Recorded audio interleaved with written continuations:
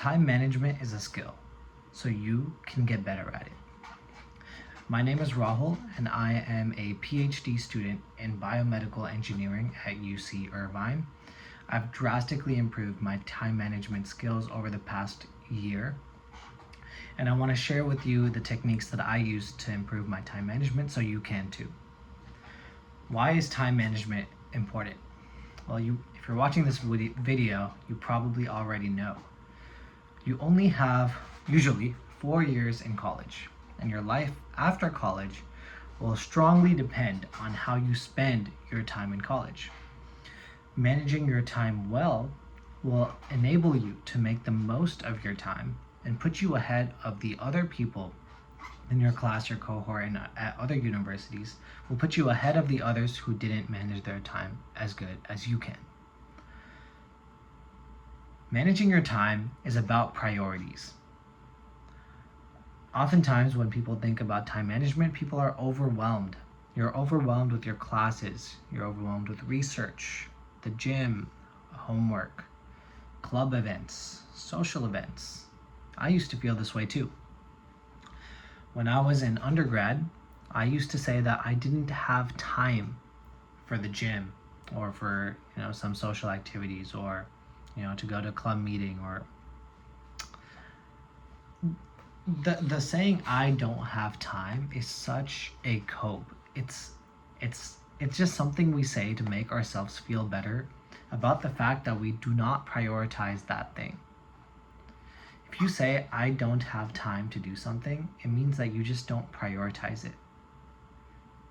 If you don't have time to go to the gym, it just means you don't prioritize it, because if you did prioritize going to the gym, you would go to the gym. You would. When you prioritize things, the time just magically appears. It's kind of like magic. It's insane how simple it is sometimes, but you just have to prioritize what you want out of your life. And when you prioritize it, the time will appear. So, if setting priorities is so important, how do you set priorities?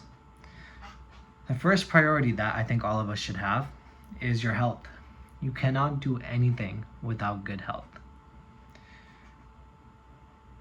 When you start to manage your time, getting good sleep, lowering your stress, all of these things become easier because the time just appears. If you prioritize sleeping well, then you won't have those late nights up trying to procrastinate an assignment, because if you truly prioritize sleeping well, you'll get your work done in such a way that you'll still be able to sleep. It's amazing how it works, but it's that simple. Don't compromise on your health. If you're lost and you don't know what your priorities are, I actually made a video for that, so check my channel for that. But you may have many priorities in your life. So to address that, you can use something called a priority matrix. You should organize your priorities into several different categories. So in order of importance, you can actually list out your priorities in the following categories. First is urgent and important. So these are the, it's self-explanatory. They're urgent and they're important. So these are the things that you should be spending your time on. Second is urgent but not important. And third is not urgent and not important. Now, how you classify these priorities into these categories depend on what your goals are. Everyone has different goals. But for example, if your goal is to get good grades in college, what's urgent and important? Those are going to be your tests, your projects, your high leverage assignments that are going to contribute primarily to your grade. So prioritize them. Take it seriously. Learn how to be a good test taker. I made a video for that too. When you prioritize it, the time will appear. Then you won't have to spend the night before the exam studying for it, because it was your priority and you studied for it every day leading up to the exam. Now, what would go in the urgent but not important category? That would be your small assignments, your homework assignments that are worth maybe 10% of your grade. They have due dates, so they're urgent, but they're not that important. So you for a homework assignment, maybe you do it the night before because it doesn't actually take that long. If it's something that does take you a very long time and it's worth more of your grade, then maybe it's, in some cases it might go into the first category. But for a majority of cases, your small assignments will be urgent but not important. Now comes all of these other things like social events, club events, hanging out with your friends. If your goal is to get good grades, then these other things are not urgent and not important. And oftentimes what we do is these random things that are in our schedule, just because they're in our schedule, we won't focus on our priorities just because we scheduled it. And honestly, it's a blatant disrespect of your time. You need to value your time and focus on doing the things that mean something to you. So if you're just there just because for no real reason at all, then why are you doing these random things? I understand if it's something that you want to do, if it's like hanging out with your friends, of course, by all means, I don't think you should stop hanging out with your friends. But that being said, you don't need to attend every single club meeting if it's not one of your priorities. Obviously, if it's your priority, then in that case, you would go to the club meetings if you wanted to get a board position in that club. But rank the things that you do with your life in order of priority, and don't prioritize things that are not urgent and not important over things that are urgent and are important. That's the point I'm trying to get at here.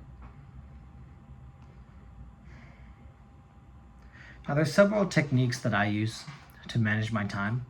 The first of which is planning. I use Google Calendar to plan. It's very easy to use. Some people will say to schedule every hour of your time and schedule your breaks. And I actually tried this. I tried this for about a few weeks, a couple months ago, and I personally didn't like it because life happens. Things do not always go according to your plan and according to your schedule. So you need to be able to bake in some flexibility. When I was scheduling every single hour of the day, I would get, no matter how positive I would try to be, I would get a little bit upset if, my day didn't go as I planned it to be. So I don't think that you should necessarily schedule every single thing that you're going to do in a day, hour by hour. Some people, it works for some people, but not for me.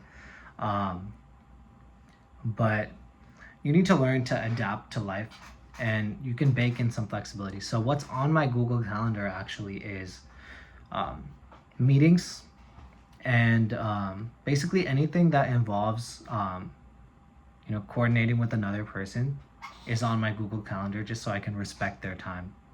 Everything else that I do is actually on Notion. It's kind of like a productivity app. It's highly customizable, but all I have on my Notion is a to-do list for every single day of the week. And as I do things every single day, I check them off. It's a little dopamine hit every time you check it. So you kind of get addicted to getting things done. So I actually think it's a really, really nice strategy to use a to-do list. You don't have to use Notion, but that's just what I use. And that gave me the balance of not only having a routine and schedule, but also being able to bake in the flexibility and learn how to adapt to life, because things don't always go to plan. One of the single most important things to manage your time effectively is to learn to say no. Know your boundaries, and you'll regret it if you don't. This is something that I really suffered with when I was in college, and I used to say yes to every single event. And these would be these not urgent and not important events. I would say yes to every single person who wanted to hang out. I would say yes to all these different club meetings. I would say yes to just random things that didn't actually contribute towards my priorities and my goals. And when you learn to say no, you start to respect and value your own time more, and you'll use it better. You'll manage it better that way. So next time you have to make this kind of decision, just think about it. Would doing this event or going to this thing help or distract me from achieving my goals? Is it urgent and important? Is it urgent but not important? Or is it not urgent and not important? Apply this matrix to the things in your life that take up time. And it's actually quite amazing how easy it becomes to make decisions on whether or not you should do something. Now, if you do all of these things that I just mentioned, you'll become pretty good at managing your time. But if you want to get even better than that, if you want even better results than this, what I did I can't necessarily quantify, but maybe like 5x my productivity, was to figure out which hours of the day is my brain best suited to do certain tasks. So for example, I used to work in the lab from 9 to 5. I would gym before that. I would gym from maybe 7 to 9, then work 9 to 5. And then after 5 p.m., I would, cook, laundry, errands, things like that, and then go to bed. However, while I was pretty productive, I'd say this works for pretty much everyone. If you just stuck to that schedule, gym, then work, then if you have similar priorities as me, then this honestly just works really well. But the hours that I was using my day on did not align with the best hours to use my brain. What I'm trying to say is those first hours in the morning, so for me it's like 6 to 9 a.m. Those are my best brain hours. I know that my best output from my brain comes in those hours. So what do I want to use those hours on? I want to use them in the lab where I actually have to think, where it's my job to think. So I changed my schedule. Instead of going to the gym in the morning, I go to lab in the morning. I get more work done now in that 3-hour stretch from 6 to 9 a.m. than I did in any day that I worked from 9 to 5. It's that powerful. And then from 9 to 12, I would still be very productive, but maybe to a lesser extent. I'm not necessarily in that flow state that I get from 6 to 9 a.m. Then after lunch, I would always get this, I called it siesta hours, where my productivity would just dip. And it would always be maybe like an hour or so after lunch, and it would last a couple hours. Now, I started using this time to go to the gym because I don't need to be thinking that hard when I'm at the gym. I need to be in good physical condition, which I am. I totally am. I actually am full of energy at that time. But I get this kind of fog in my brain. But I can work with that when I'm at the gym. And then so my schedule has now changed from working from maybe 6 a.m. to maybe 1 or 2 p.m.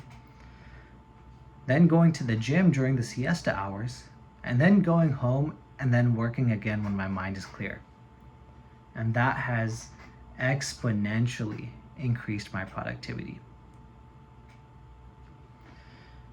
Well, that's what worked for me, but like a scientist, I want you to experiment with different strategies and find out what works for you. If you're serious about leveling up your life in college, click the link in description to schedule a coaching session. See ya.